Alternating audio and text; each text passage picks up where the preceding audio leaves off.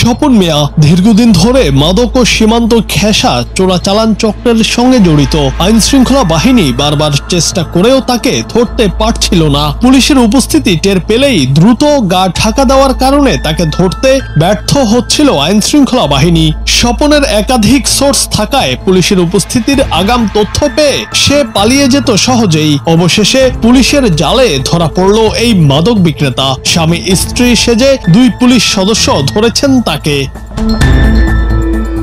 ঘটনাটি মৌলভীবাজারের শ্রীমঙ্গলের। শনিবার বিকেলে ৪ নম্বর সিন্দুরখান ইউনিয়নের কুঞ্জবন এলাকার নিজ বাড়ি থেকে তাকে গ্রেফতার করা হয়।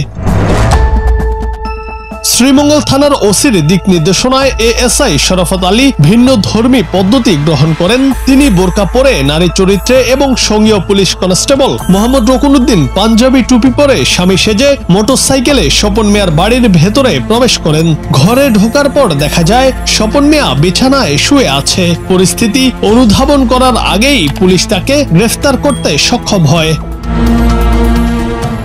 শ্রীমঙ্গল থানার সহকারী এএসআই শরাফত আলী বলেন, মাদক কারবারি স্বপনকে গ্রেফতারে দীর্ঘদিন ধরে চেষ্টা করছি। সে অত্যন্ত চতুর। সামান্যতম পুলিশি নড়াচড়া টের পেলেই পালিয়ে যেত।